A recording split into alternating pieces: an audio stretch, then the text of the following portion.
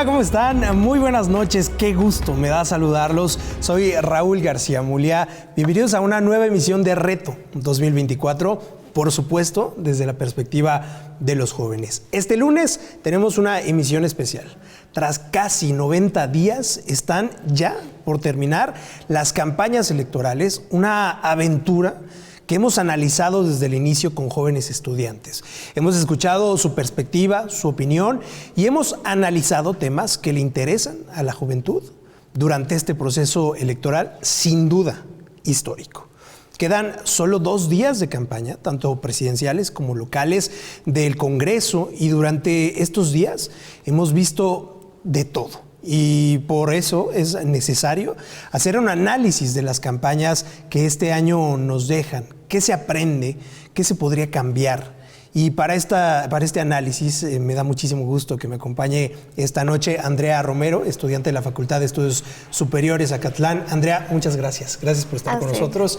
Y por este lado nos acompaña Pedro Alberto Meneses, estudiante de la Facultad de Estudios Superiores, igual, de Acatlán. Gracias por estar con nosotros. Gracias a ustedes por el espacio. Pues sin más ni más, comenzamos ya con este análisis. A solo 2 días de terminar las campañas electorales, de que inicie esta veda electoral, este tiempo de reflexión. Y Andrea, en un panorama general, ¿cómo viste estas campañas en este 2024?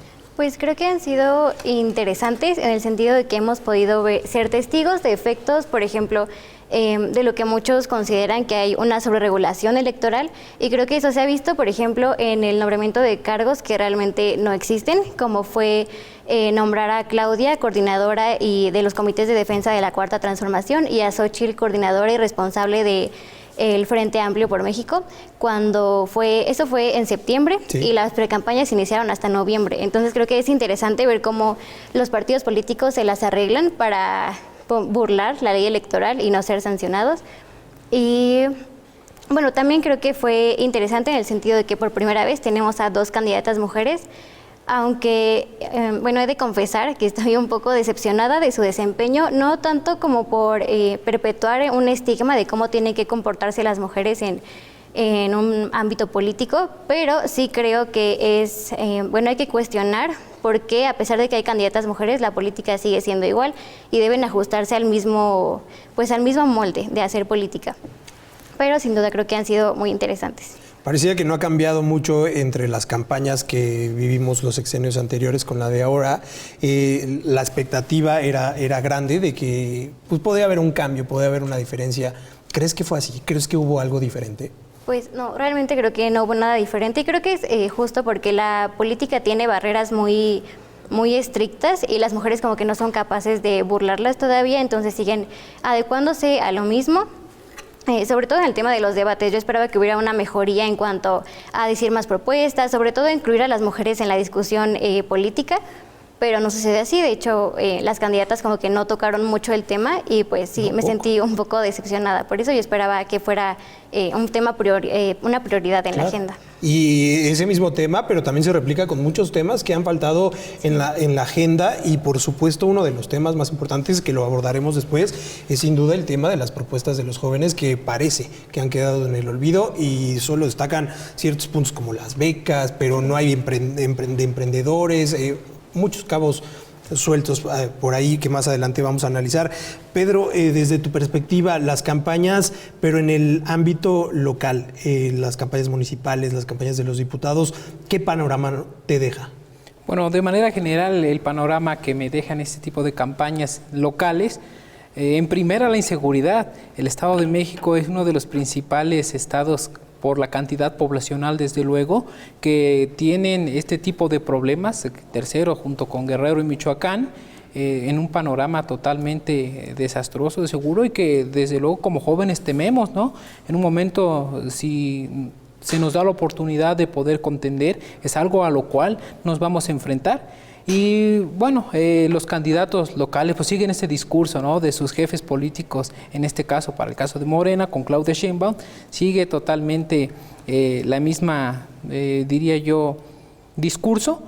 Hablan de un segundo piso que hasta el momento yo no sé en qué consiste, la verdad. Bueno, creo que ni ellos. Yo más diría yo una segunda fase o etapa de la cuarta llamada transformación, ¿no?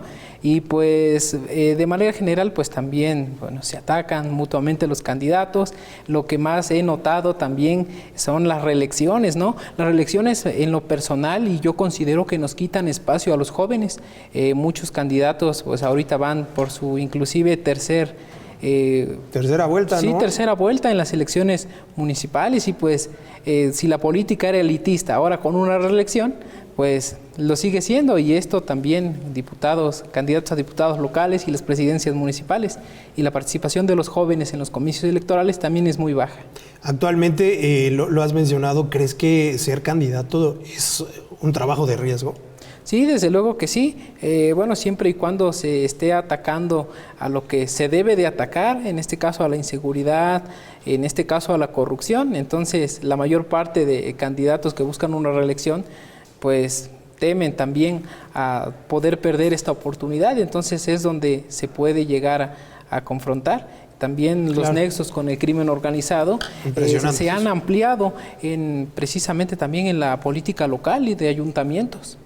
Es impresionante este tema de la seguridad y de cómo percibimos los jóvenes las campañas políticas. Podría preguntar qué utilidad tuvieron estas campañas para los jóvenes particularmente. ¿Qué aprendes tú o qué te dejan estas campañas como joven? Bueno, creo que esas campañas fueron muy importantes, sobre todo porque han sido las primeras en las que las redes sociales fueron un pilar de las redes de estas elecciones. Y bueno, me parece importante porque sobre todo los jóvenes como que tienden a no informarse mucho sobre política. Tengo amigos de que no estudian carreras relacionadas a la política y no están muy interesados. ¿Les vale? Sí, realmente como que no quieren investigar, no les importa. Pero el hecho de que se metan a TikTok y les salgan videos de las candidatas, del candidato, pues realmente siento que no sé si ha ayudado, porque también hay mucha desinformación en TikTok, hay muchos videos informativos sobre política, pero realmente no abonan nada. Pero pues sí creo que es importante que mínimo se ha despertado un interés, y por lo menos sea información verídica o sea información falsa, pues por lo menos ya hay un mayor interés para los jóvenes y un medio para informarse que les interesa. ¿Las redes sociales ayudaron para las campañas? Sí. ¿O afectaron? Sí. Yo creo que ayudaron, porque lo mismo, que siento que despertó el interés de un grupo poblacional que antes no se interesaba para nada en la política, pero pues sí creo que favorecieron principalmente al candidato que a las candidatas, porque... Justo eso te iba a preguntar, ¿a quién crees que beneficiaron más las redes sociales o qué estrategia mejor usaron? Al candidato, y sobre todo siento que... Álvarez Maínez. Sí, a Maínez, por un tema de edades, porque Claudia y Xóchitl pues ya son un poco más grandes, entonces creo que no tienen tal vez el equipo especializado en redes sociales que Maínez sí tiene, y que lo ha ayudado para que mejorar su percepción, porque antes de que fueran las campañas realmente nadie lo conocía, como que no se hablaba de él, y ahora ya es un tema muy hablado, también en Spotify sus canciones son muy sonadas, entonces creo que a él lo benefició bastante. Para que la gente lo conociera, que se hiciera conocido después del tema de Samuel, que ya no pudo estar. Pues entró Álvarez Maínez en ceros, desconocido. Sí. ¿Crees que las campañas, vamos a irnos al pasado, antes del 1 de marzo, los últimos días de febrero, tú conocías ya a los candidatos, a ciertos candidatos, pasan las campañas, estamos en el presente, ¿cambió la campaña tu percepción de los candidatos? Desde luego se han ido moldeando de acuerdo a los intereses, posiblemente a las propuestas que hayan ido tomando, en este caso de sus posibles votantes. En general yo considero que no ha cambiado mucho desde la precampaña hasta la campaña. Pues siguen con el mismo discurso, con las mismas propuestas. En sí siento que no ha llegado todavía esa esencia a los votantes que nos haya conquistado. De manera general, pues yo las veo demasiado débiles y pues un poco triste, ¿no?, por este panorama de que no nos logran convencer, principalmente a nosotros los jóvenes. ¿Pero por qué no logran convencer? Bueno, pues las propuestas no se adecúan precisamente a lo que nosotros demandamos, no atienden a nuestro futuro, se queda y es todo a corto plazo, entonces nos quedamos con esa incertidumbre. Entonces estas campañas considero pues no han tenido un progreso evolutivo firme de propuestas y demás, y se ha estancado prácticamente en lo mismo. ¿Propuestas como si fueran falsas ilusiones? En efecto. Eso es lo que tú has visto en las campañas. ¿Tú crees que te venden una idea de un país, pero al final creo que los jóvenes buscan también saber cómo, ¿no? ¿Y eso ha faltado?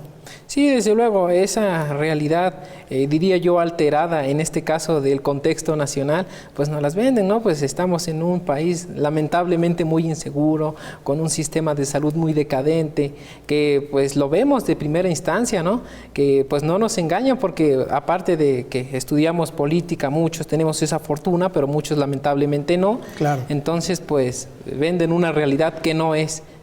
¿Y te emocionan y por eso vota la gente? Pues lamentablemente la mayor parte de votantes sí se guían de estas mentiras y pues esto ha inflado a muchos candidatos también, los que tienen el poder de persuadir de manera directa a los votantes principalmente. ¿Quién crees que hizo la mejor campaña? Híjole, yo pienso que sí está difícil, ¿no?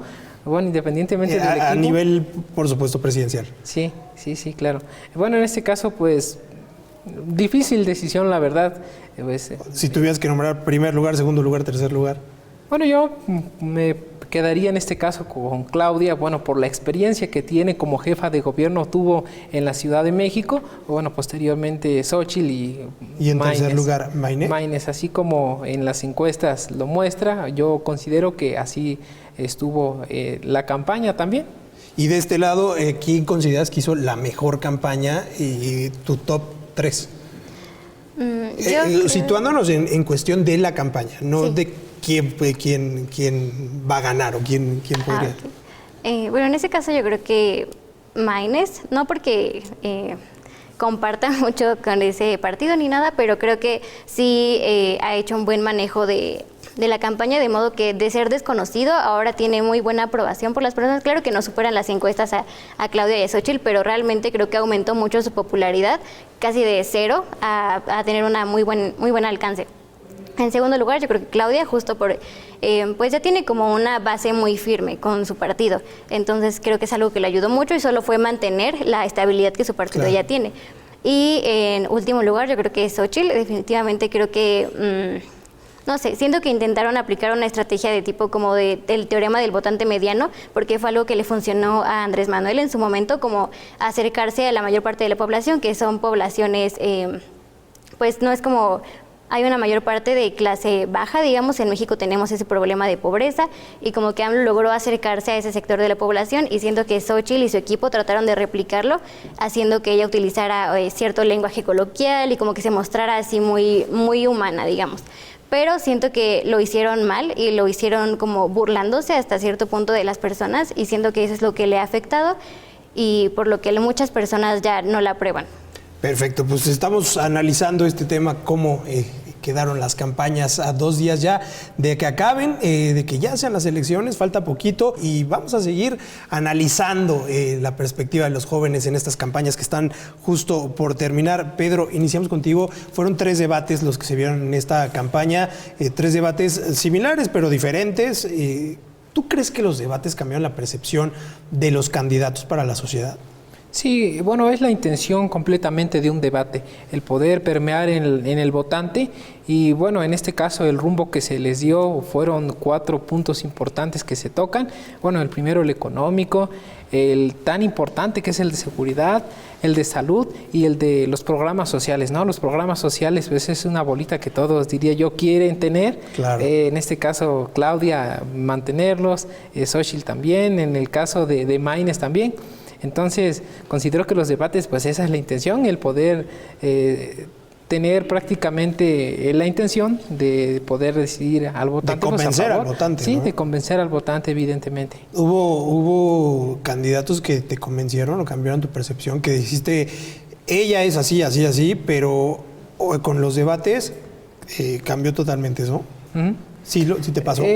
Pues no realmente, fíjate que, pues, bueno, prácticamente yo seguí con la misma percepción de ellas, de él, pues considero, pues se estancaron, siguieron en lo mismo, los pleitos constantes, pues nada los más. Los ataques, ¿no? ¿Sí? Como que es lo que más resaltó de los debates, ¿o qué resaltarías de los debates? Sí, pues los ataques, ¿no? Muchos los veían únicamente nada más por diversión, no buscando un interés prácticamente de decisión y pues prácticamente las propuestas no lograron en lo personal convencerme a mí. No, pues sonaron más los memes que las propuestas, ¿no? En efecto. Qué cosa.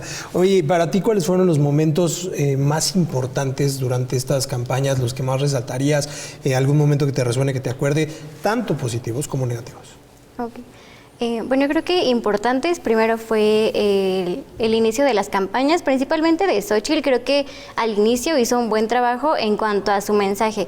Iniciar su campaña en Zacatecas, que es un municipio que está muy afectado por la inseguridad y por la violencia, creo que fue un acierto, siendo que su lema es como un México sin miedo y enfocarse en la seguridad y todo eso.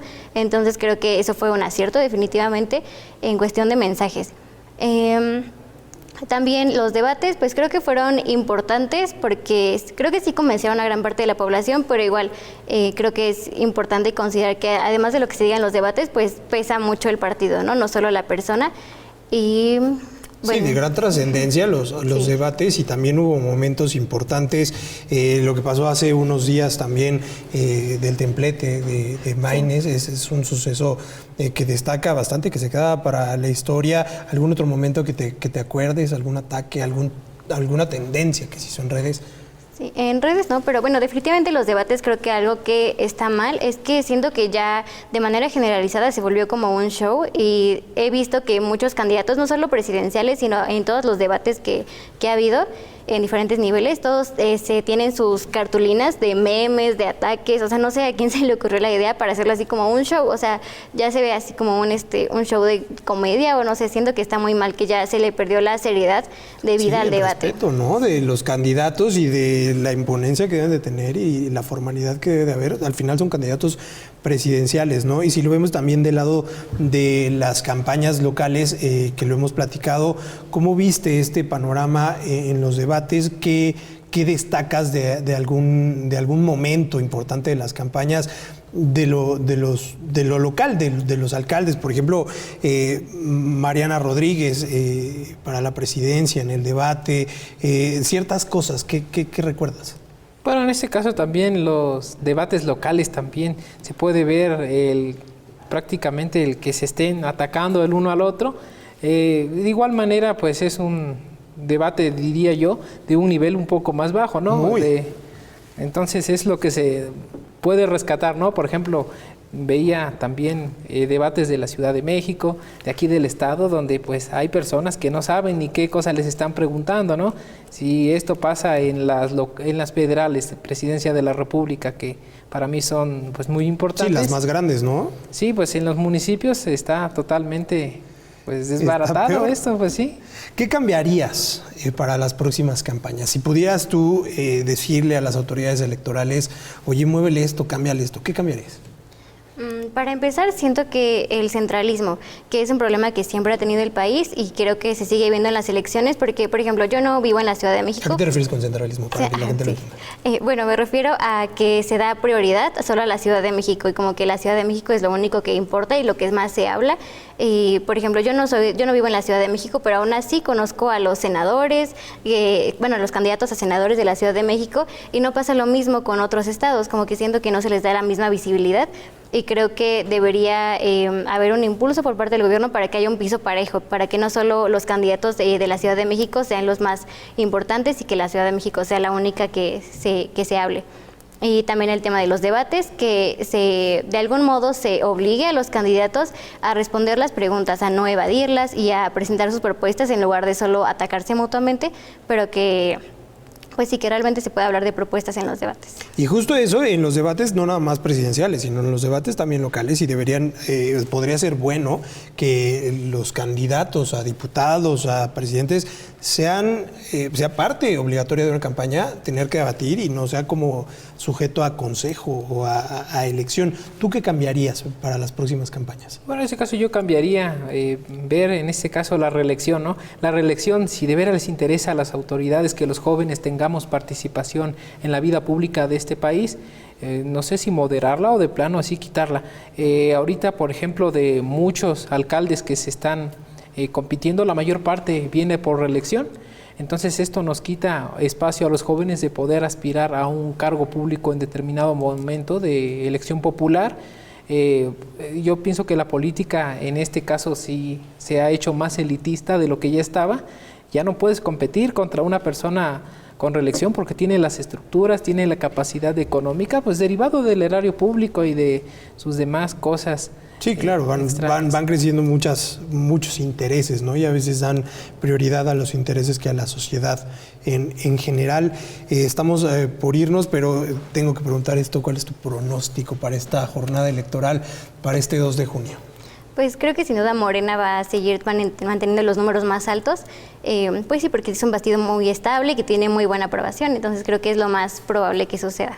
¿Para la presidencia? Sí, y para en general creo que sí van a ser los mejores, con los mejores números. De este lado, tu pronóstico. Bueno, en este caso también Morena es el que posiblemente, según las encuestas, y no creo que sean reversibles en una semana de las elecciones, pues todo orienta a que pues Claudia va a ser la que encabece esta encuesta, ¿no? Pero pues va a llegar, considero débil, ya no va a tener una mayoría calificada en el Congreso. Varios estados que están tambaleantes que son de Morena, por ejemplo, el caso de Veracruz, incluso Puebla, puede ser que Morelos, puedan en este caso que la oposición los abarque.